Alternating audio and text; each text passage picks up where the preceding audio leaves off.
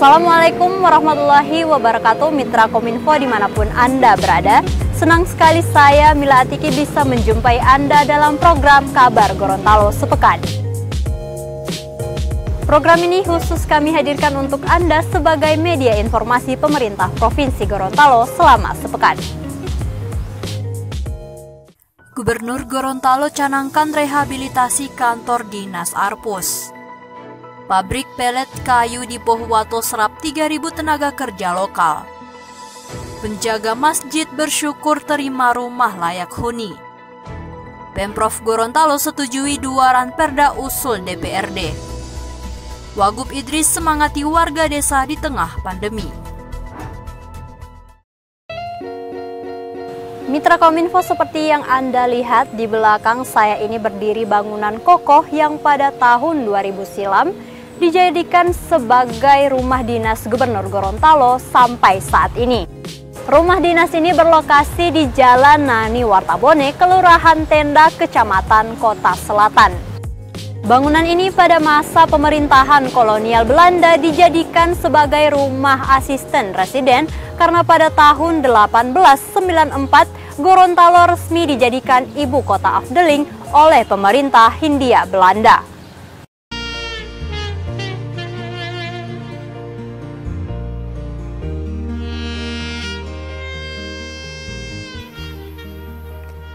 Gubernur Gorontalo Rusli Habibie mencanangkan rehabilitasi kantor Dinas Kearsipan dan Perpustakaan di Jalan Pangeran Hidayat 2, Kota Tengah, Kota Gorontalo pada Jumat 28 Mei 2021.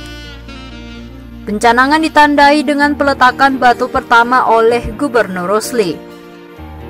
Gubernur Rusli menyambut baik rehabilitasi dan penambahan gedung baru tersebut. Ia hanya mengingatkan kepada kontraktor pemenang tender untuk bekerja tepat waktu, tepat hasil, dan tepat guna mengingat pekerjaan fisik yang ditawar jauh dari harga alokasi anggaran atau pagu. Rusli berharap agar kontraktor bisa menghitung dengan baik kebutuhan pekerjaan.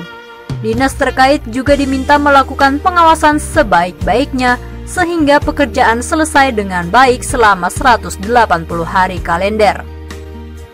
Rusli juga meminta dengan adanya penambahan gedung bisa meningkatkan kualitas pelayanan Dinas Arpus, khususnya menyangkut arsip pemerintahan dari masa lalu hingga sekarang. Karena saya bekas kontraktor, harga yang ditawar itu berkurang 1 miliar. Ini saya ingatkan, 1 miliar itu banyak. Apalagi dia proyeknya fisik. Proyek fisik itu hanya pasir dan batu bata yang lokal. Semuanya itu pabrikan. Besi, mau triplex, mau atap seng, mau cat apa. Itu pabrikan keramik. Nah, ini saya baca bahan-bahan ini naik sampai 25%. Mampu nggak dengan sudah berkurang dari harga BB-nya 1 miliar, berat itu. Apalagi 2 lantai. Nah, ini saya minta ke Pak Sul, Sobat Kadis dan Tandoi, tadi saya sudah diskusi. Tolong pengawas diperketat dan pembayarannya pun terminnya harus sesuai dengan fisik lapangan. Dinas Arpus didorong melakukan pengarsipan secara manual dan digital. Sementara itu, Kadis Arpus Sul Amoito menjelaskan rehabilitasi kantornya menggunakan anggaran dana alokasi khusus dari Perpustakaan Nasional Republik Indonesia tahun 2021. Anggarannya senilai 4,1 miliar rupiah.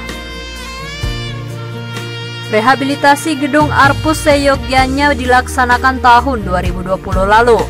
Anggaran yang diusulkan sejak 2029 itu ditunda karena saat itu pemerintah harus mengalihkan sebagian alokasi APBN untuk penanganan COVID-19.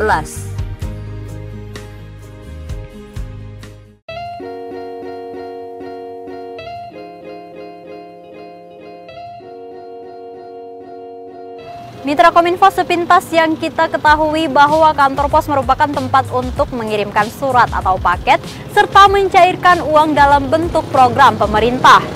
Begitupun dengan kantor pos Gorontalo yang didirikan sejak tahun 1900-an oleh Belanda yang saat itu bernama Kantor Pos dan Telegraf.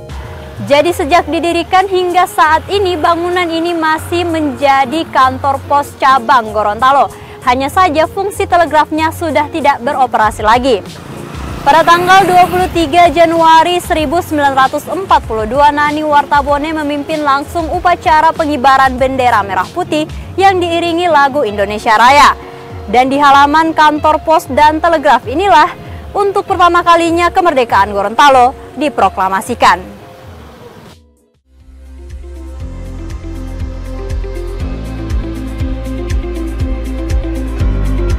Pabrik biomasa wood pellet atau pellet kayu milik perusahaan PT Inti Global Group yang saat ini masih dalam proses pengerjaan di Desa Milangodaa, Kabupaten Pohuwato, diperkirakan bakal menyerap kurang lebih 3.000 tenaga kerja. Keseluruhan tenaga kerja itu akan direkrut dari tenaga lokal di Gorontalo. Jadi hari ini saya bersama Pak Sekda, juga Pak Bupati Pohuwato bersama jajarannya meninjau program pembangunan wood pellet di Desa Milangodaa. Itu investasinya kurang lebih 2,3 triliun dan menyerap tenaga kerja hampir 3.000 orang. Idris mengatakan ini adalah investasi yang besar di Kabupaten Pohuwato sehingga perlu dukungan bersama, sebab investasi sangat penting untuk meningkatkan pertumbuhan ekonomi di Provinsi Gorontalo. Mantan Sekda Prof itu mengharapkan pabrik biomasa milik PT Inti Global Group tersebut di Juni 2022 sudah mampu mengekspor ke Jepang. Pertumbuhan ekonomi kita bisa meningkat, tentunya tidak cukup dengan APBN dan APBD, tetapi memerlukan investasi dari dalam maupun luar negeri. Kita bersyukur ada PT Biomasa Jaya Abadi yang berinvestasi di Provinsi Gorontalo, khususnya di Kabupaten Pohuwato ini. Tentunya semua persyaratan, baik itu izin lingkungan, izin lokasi, AMDAL, dan juga izin tersus ya, sudah dipersiapkan dengan baik oleh Kabupaten Pohuwato maupun oleh Provinsi Gorontalo. Sementara itu terkait perekrutan tenaga kerja, Direktur Operasional PT Inti Global Group Burhanuddin menjelaskan akan dilaksanakan secara bertahap sesuai kebutuhan perusahaan dan akan mengutamakan putra-putra lokal. Untuk tenaga kerja tentu kita ada pengkaderan, tetap memprioritaskan putra-putra potensi-potensi daerah sesuai dengan kompetensinya masing-masing dan tentu melalui seleksi yang kita lakukan. Karena tujuan kita bagaimana membangun daerah tentunya alamnya sudah disiapkan oleh Tuhan, manusianya yang harus kita bangun. Dengan nilai investasi 2,5 juta US dollar atau setara hampir 3 triliun rupiah, 6 pabrik wood pellet direncanakan akan beroperasi sampai dengan 2028. 6 pabrik tersebut ditargetkan memproduksi hingga 900.000 ton per tahun.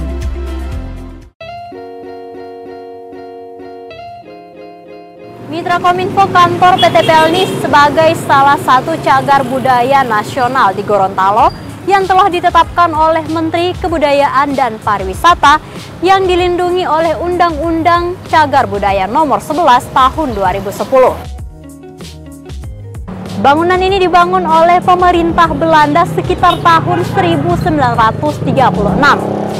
Awalnya bangunan ini digunakan sebagai kantor maskapai pelayaran kerajaan Belanda yang memiliki cabang hampir di seluruh Indonesia, terutama daerah-daerah yang memiliki pelabuhan besar.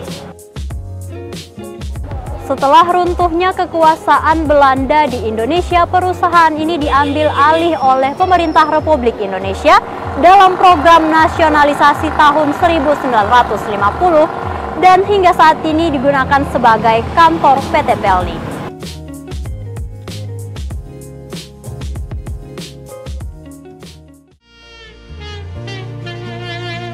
Raut wajah Iskandar Masili semringah saat menerima kehadiran Gubernur Gorontalo Rusli Habibie di rumahnya di Kelurahan Tapa, Kecamatan Sipatana pada Jumat 28 Mei 2021. Rumah berukuran 5x6 itu diresmikan oleh Gubernur Rusli yang ditandai dengan penyerahan kunci rumah.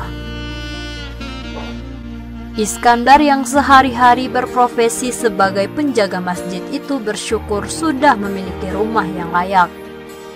Pembangunannya dibantu oleh Badan Amil Zakat Nasional Provinsi Gorontalo melalui program Rumah Hunian Idaman Rakyat. Iskandar Masili tinggal sebatang kara setelah istrinya meninggal. Ia juga tidak memiliki anak dari pernikahannya. Sehari-hari Iskandar bertugas sebagai tukang sapu sekaligus bilal di masjid yang tidak jauh dari rumah. Gubernur Gorontalo Rusli Habibie meminta agar pembangunan rumah tersebut bisa memotivasi Iskandar untuk beribadah. Bagi Rusli, tugas memakmurkan masjid yang diemban Iskandar bukan perkara mudah.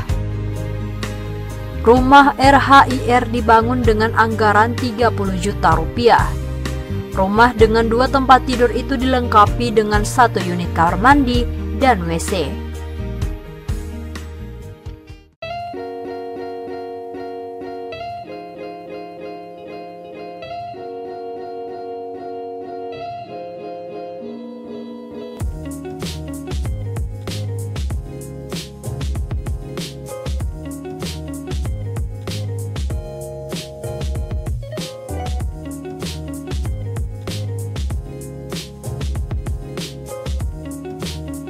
Mitra Kominfo, saat ini saya sedang berada di Kompleks Pecinan atau biasa disebut dengan Kampung Cina oleh masyarakat Gorontalo.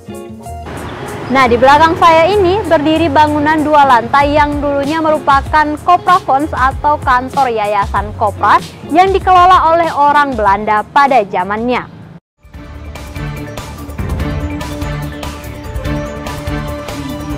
Pemerintah Provinsi Gorontalo menerima 2 rancangan peraturan daerah berasal dari Dewan Perwakilan Rakyat Daerah Provinsi Gorontalo.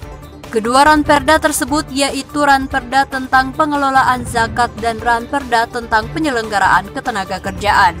Idris mengutarakan pengelolaan zakat oleh Pemprov Gorontalo dilaksanakan berdasarkan Peraturan Gubernur Gorontalo Nomor 7 Tahun 2014 tentang pengumpulan zakat di lingkungan Pemprov Gorontalo. Pergub tersebut mengacu pada Undang-Undang Nomor 23 Tahun 2011 tentang pengelolaan zakat dan Peraturan Pemerintah Nomor 14 Tahun 2014. Pada umumnya, pemandangan umum menerima dengan baik 2 ranperda yang diajukan oleh pemerintah Provinsi Gorontalo untuk dibahas lebih lanjut melalui mekanisme Dewan Perwakilan Rakyat Provinsi Gorontalo. Tentunya pada kesempatan ini saya atas nama pemerintah Provinsi Gorontalo mengucapkan terima kasih. Lebih lanjut terkait Ranperda penyelenggaraan ketenagakerjaan, Idris mengutarakan bahwa Ranperda tersebut dimaksudkan untuk menjamin hak-hak dasar pekerja atau buruh, serta menjamin kesamaan kesempatan dan perlakuan tanpa diskriminasi untuk mewujudkan kesejahteraan pekerja dan keluarganya.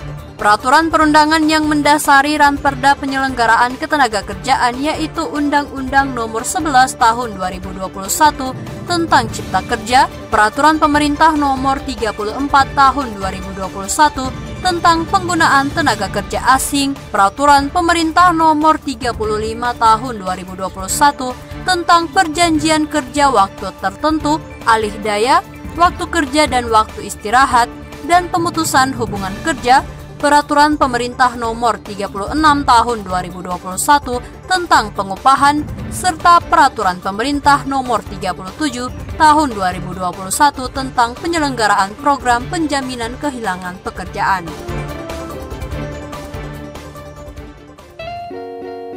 Ya, Mitra Kominfo, selesai sudah kami mengajak Anda menelusuri beberapa cagar budaya yang ada di Kota Gorontalo. Tidak terasa kita sudah sampai ke penghujung program, dan semoga informasi yang telah kami sajikan dapat bermanfaat bagi mitra Kominfo dimanapun Anda berada.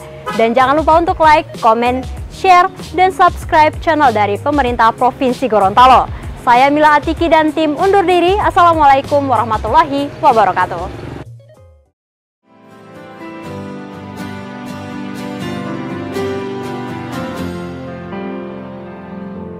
Wakil Gubernur Gorontalo Haji Idris Rahim berkunjung dan bersua dengan warga desa Ulobua, Kecamatan Tibawa, Kabupaten Gorontalo pada Minggu 23 Mei 2021. Pada kesempatan itu, Wagub Gorontalo 2 periode tersebut memberikan dorongan motivasi dan semangat kepada warga desa untuk tetap produktif di tengah pandemi COVID-19. Wagub berharap agar warga desa Ulobua nantinya turut menyukseskan program vaksinasi COVID-19 guna mewujudkan kekebalan komunal sehingga pandemi ini akan segera berlalu. Tak lupa Idris berpesan kepada warga desa untuk selalu menjaga ketertiban dan keamanan lingkungan serta tidak terpengaruh dengan berita-berita bohong yang dapat memecah belah persatuan dan kesatuan.